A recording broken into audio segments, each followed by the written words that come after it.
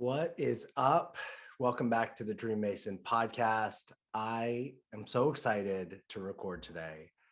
So much has been going on. I feel like I have so much to share. There's some gems that I'm going to share with you, really one specific, which we're going to talk about power and leadership, but really we're going to talk about the difference between one being fierce and one being dominant, and how those show up as often two dynamics of power in our society. But we're going to get to that because there's so much cool stuff that I want to share with you. The first, I just want to share with you what's been going on because I think you're going to have some interest in this. So I want to tell you a story about how I got called into men's work. So not that long ago, I was asked to write a chapter, or I asked to write a chapter. I don't remember how it went, but basically I got to write a chapter in a book called Redefining Masculinity.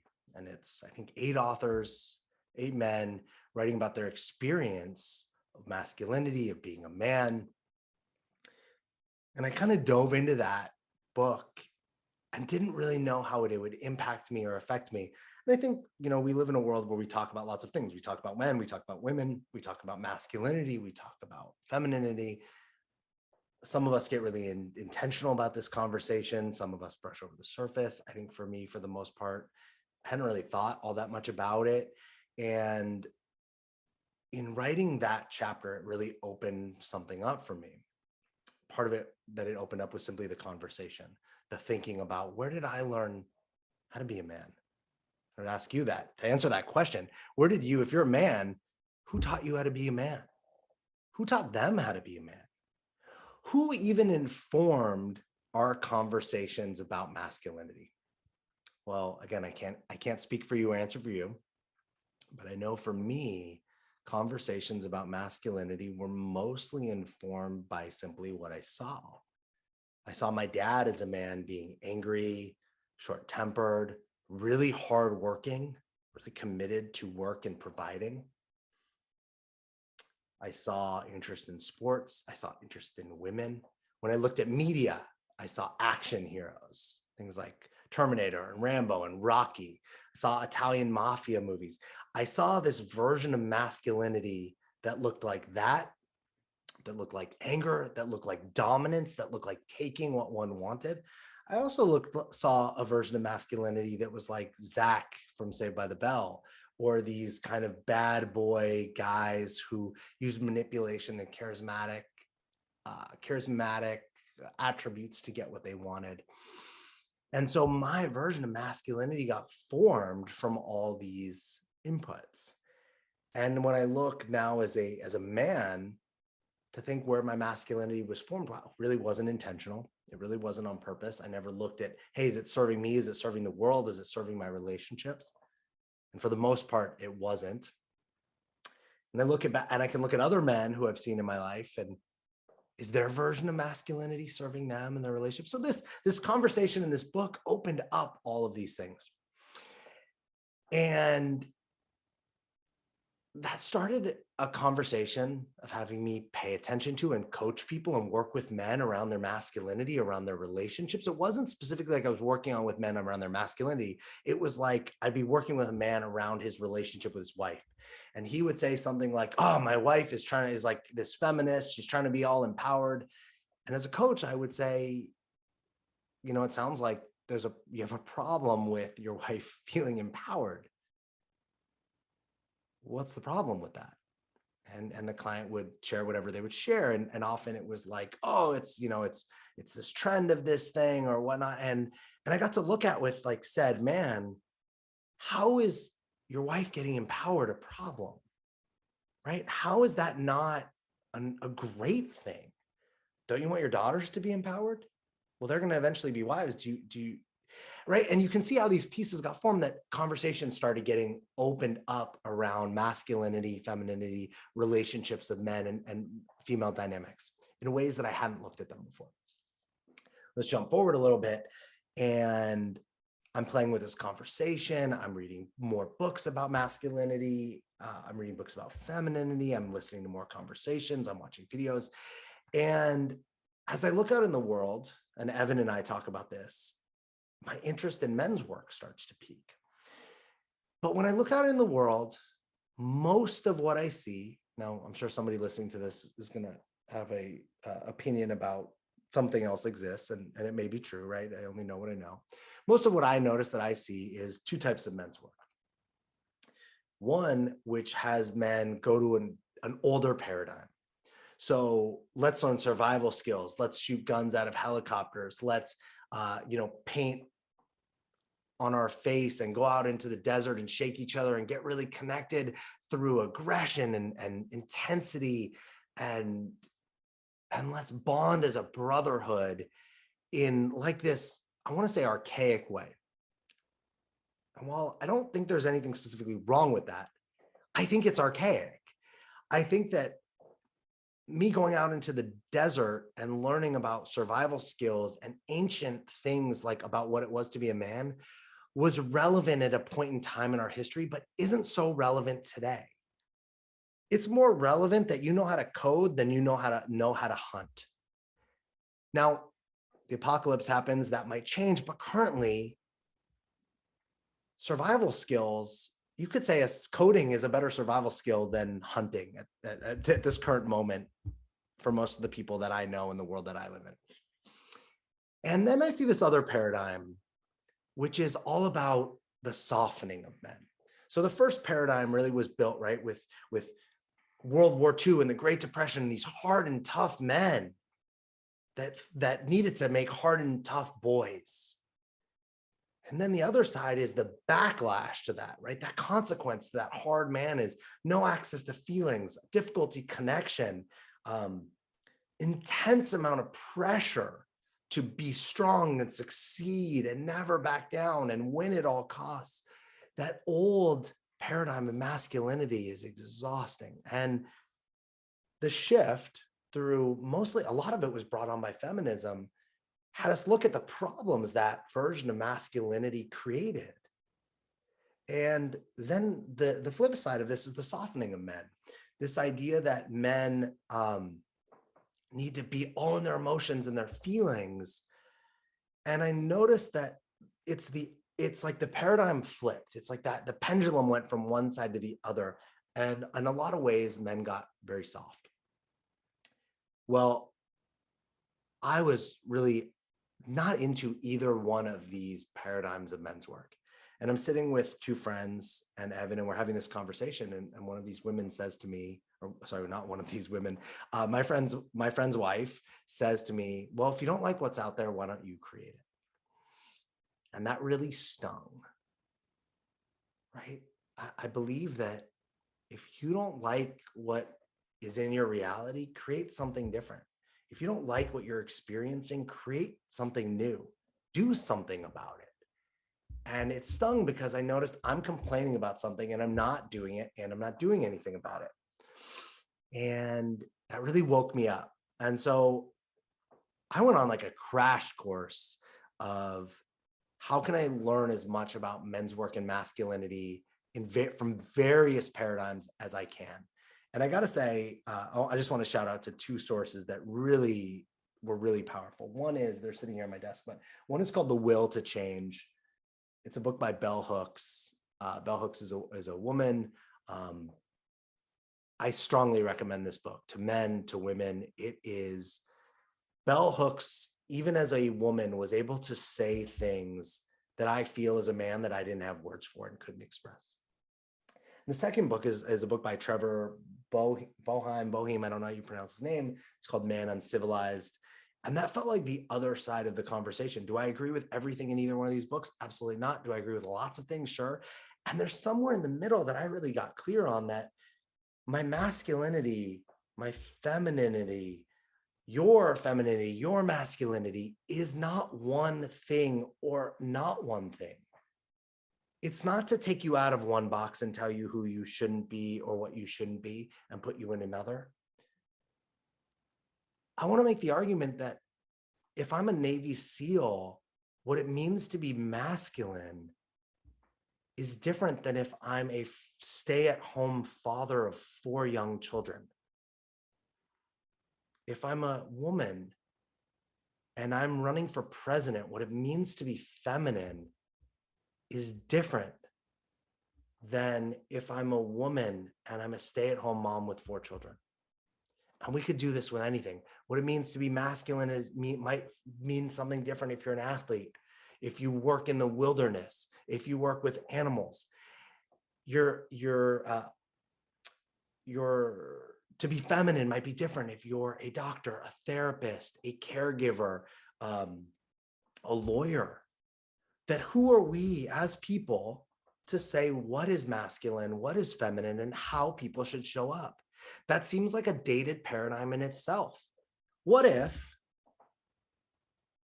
we could create a container to look at how our masculine was created, how our feminine was created, how we learned about each of these things? Are they serving us? How the media, our parents, our family, music, athletes, entertainment, all influence those things and help us build what we think is our masculine and our feminine? And look at, is it working for us? Is it working for us as the parents we want to be, the partners we want to be, the business owners we want to be, the men, the women that we want to be? And this inspired me with my friend Bob Conlon, who works with almost exclusively with men, to create what we're calling the Alchemy of Men retreat. And I love thinking about how this is inspired and for men who might not go on a men's retreat, who might feel triggered or an unattached or undesired feeling or an unconnected feeling to do some of the men's work that's available. And we created this to not be one or the other. We're not going to go out into the woods and like cut down trees and learn how to do survival skills and shoot guns out of helicopters. And we're not going to just sit and talk about our feelings and try to soften you up. We're going to look at the range of what it means to be alive, what it means to be masculine and what it means to be feminine, and look at the life you want to live. Look at what you're committed to as a man, as a person, as a father, as a partner, as a business owner, as an employee, as a leader, as the person that's helping create or not create the future of whatever's important to you, this planet, your business, your life, and reimagine and recreate that. The Alchemy of Men retreat is going to take place in October, at the end of October, specifically October 27th. Bob Conlon and I will be facilitating it. We are so psyched about this. I just want to tell you, men who come on this retreat, and the spots are limited, and we're incentivizing the first few people that sign up. You can check anything about this. If you go to the DreamMason.com, on the top tab, there's an Alchemy of Men retreat button that you can see all the details. But I just want to give you a little bit. If you come on this Alchemy of Men retreat with us, you are going to shift a lot of things in your life. You're going to become more confident, and you're going to create and command more confidence. We're going to teach you about communication so that you can communicate more powerfully and more effectively in all the areas of your life. Maybe that's with your partner, maybe that's with your children, maybe that's at your job. We're going to help you look at how you've been defined by money, how much money you make, who you're fucking, who you can beat up, how cool you are, how cool of a car you drive, how big your house is, these things, and unpack those things so you can make more money easier. So you can have better sex in a way that connects you more with your partner. So you can connect with men and have deep emotional conversations about things that actually matter to you. So you can start enjoying your life and the experience of your life. So you can have more connection with your partner, better relationships with your partner, better relationships with your family and other men in your life. So you can go on more adventures. So you can have less doubt about the decisions you make and how you show up and how you behave. I am so excited. If anyone wants to talk to me about the Alchemy of Men retreat, please reach out, alex@thedreammason.com. Feel free to reach out to the website. I'd be happy to entertain any conversation, any ideas, any thoughts. If you're interested in coming, if you have concerns, I'm here for it. And I want to share with you what this whole thing, besides the fact that we created this retreat out of this spark of this book, Redefining Masculinity, The other piece is, in doing this work, I've been able to realize that the connection and the relationship I wanted to have with my dad was still not where I wanted it to be. When I started doing work, when I first hired a coach and started doing personal development work, I really realized my dad and my relationship wasn't the relationship that I wanted it to be, not because of my dad. I thought it was because of him, and it was like his fault. But I realized that it was that way because of me, and that I was the one that had a problem with it. So it's up to me to change it. And I've done a lot of work, and now almost 8 years later from those original conversations, I still don't feel like it's fully the relationship I want it to be or that I desire it to be. And in doing this work in masculinity and talking about it with my therapist and my coach, I invited my dad to come down to San Diego for the weekend to hang out. And I'm not going to lie, it was a little terrifying at first. And I think it was scary for him too. You know, when I asked him, he had a few reasons or excuses of why he couldn't or why he shouldn't. And I just left it there. Hey, Dad, I want you to come hang out with me. Come spend the weekend with me. And he said yes. And I didn't plan much. You know, I know there's some things my dad likes to do. And so I considered, we'll do some of those things. But I just thought we would spend time together, eat meals together, talk, hang out. And my dad just came for the weekend. And I don't know how it was supposed to go. But I know that it's pretty wild to be 40 years old. My dad's 80-ish, 81. I don't know exactly how old he is, but he's in his 80s.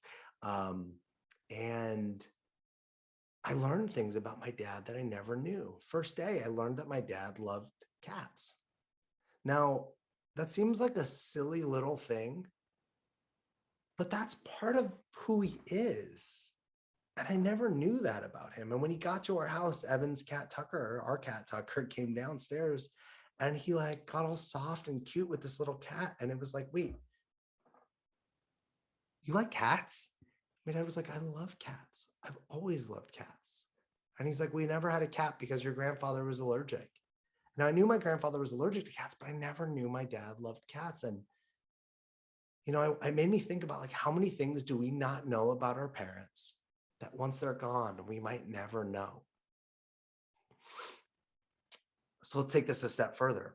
I knew some things about how my dad grew up, but sitting at breakfast one day, me and him at this little diner, he was sharing with me aspects of his relationship with his brothers and his parents that I never knew about. And the impact that the flaws of his parents had on him and his brothers. And that he knew that they did the best they could, which is something I think so often about my parents. The issues I have with my parents, they're doing the best they can. And I would assert that all of our parents are doing the best they can. If they're shitty, they probably had really shitty parents too, who taught them to be shitty, that they don't even know and they don't even realize, and they don't know how to do better. Because I think if you could do better, you would do better. If you realized it, if you saw another possibility for yourself. And so many of us don't, and so many of our parents never had that shot. And I got to see sides of my dad and how his life was created and why he thinks the way that he thinks and sees the world the way that he does, based on things that he lived through and experienced that I never knew about.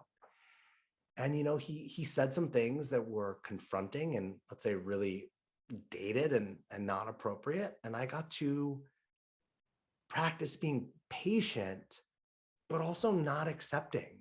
Like, hey, it's not only not okay that you say that, but let me show you something different.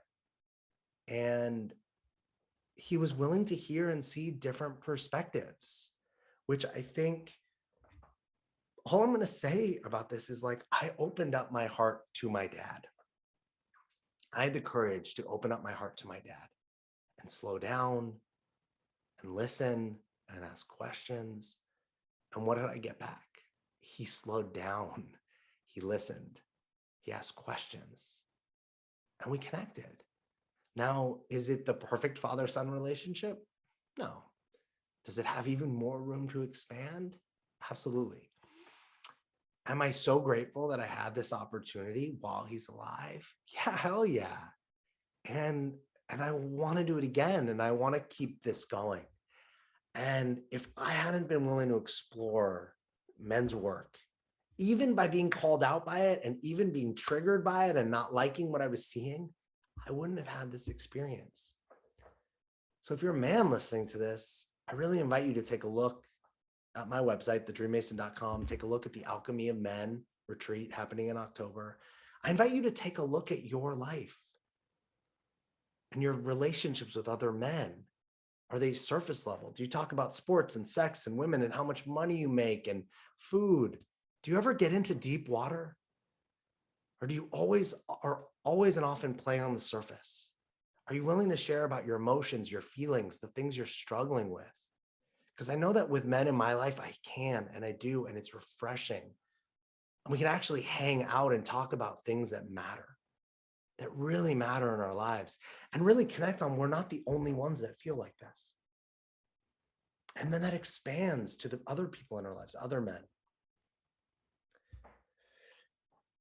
All right, I want to transition a little bit and talk about power. And this lesson I have for you today, or this experience, whatever you want to call it, in the world we live in. So you'd have to be pretty blind, pretty ignorant to not see that we live in a patriarchal society. And mankind has lived under patriarchal dominance for as long as we know. And I'm not relating to that as bad or good, simply as is. Men have been in charge and have had privilege and dominance and power for as long as we know, for the most part. And even when women have it, it's an anomaly. And again, I'm not saying it's bad or good or anything. I'm just saying it is. Inside of that, the masculine patriarchal power structure, a lot of us have suffered.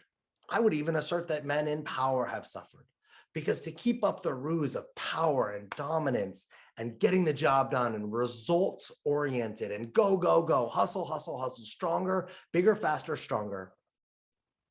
I would say that many of us suffer in that conversation and have suffered as a result of it, has suffered at the hands of others because of it, have suffered in the experience of ourselves.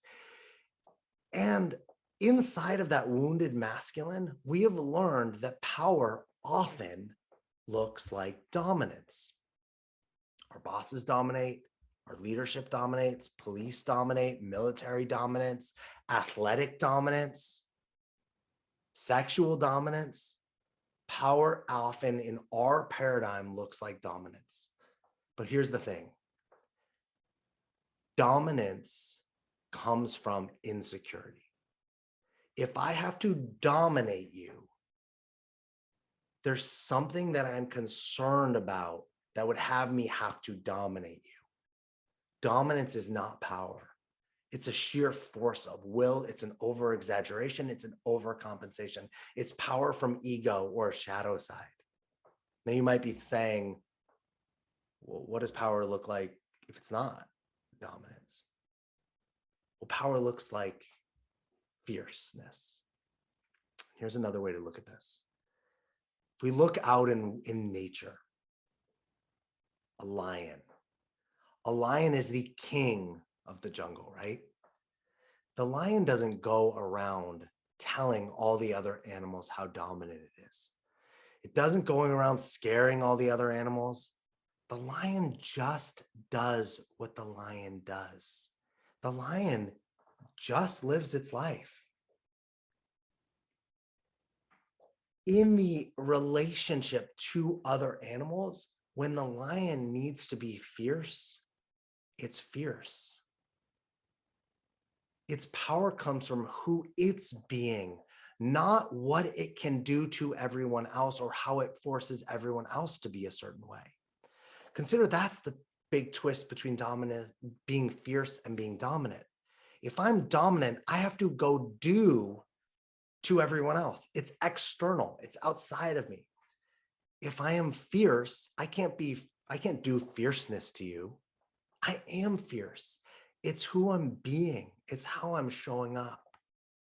It's true power. It's clean, natural, natural, organic power. It's the way power looks without insecurity, right? If that lion was insecure, it would have to run around eating, destroying, causing ruckus for the sheer sake to leave a trail of warning, don't fuck with me. But that lion knows how fierce it is. It's not insecure. It doesn't have to. It garners respect simply through who it's being.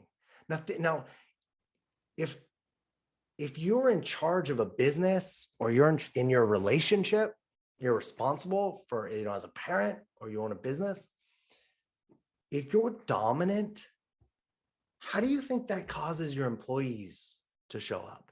If you're dominant to your partner, if you're a woman and you're dominant to your man, or you're a man, you're dominant to your woman, and it's not a co-created sexual dominance for fun or pleasure, how do you think that causes your partner to show up? When you're dominant to your kids, what do you think the impact on them is?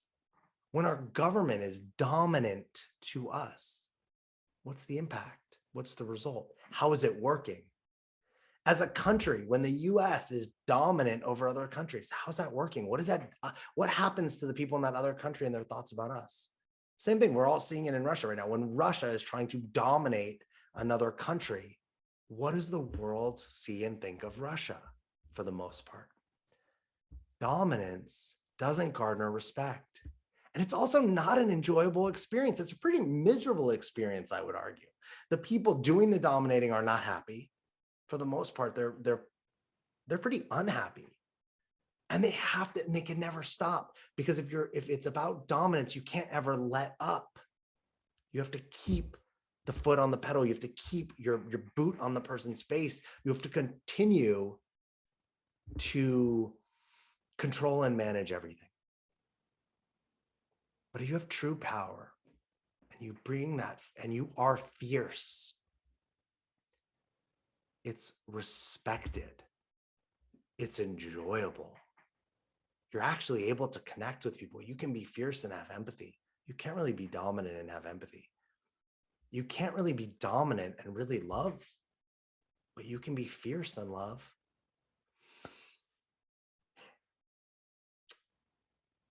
The paradigm of power in the future, or something that will actually work for us, is fierceness, is a way that we show up for us that can come out and be explored based on who we're being, not in needing what we're needing to do to others. Fierceness shows up as clean and clear. It's not from ego, but it's from passion. It's from intention. It's from your commitment. It's from your desires. Dominance is from fear.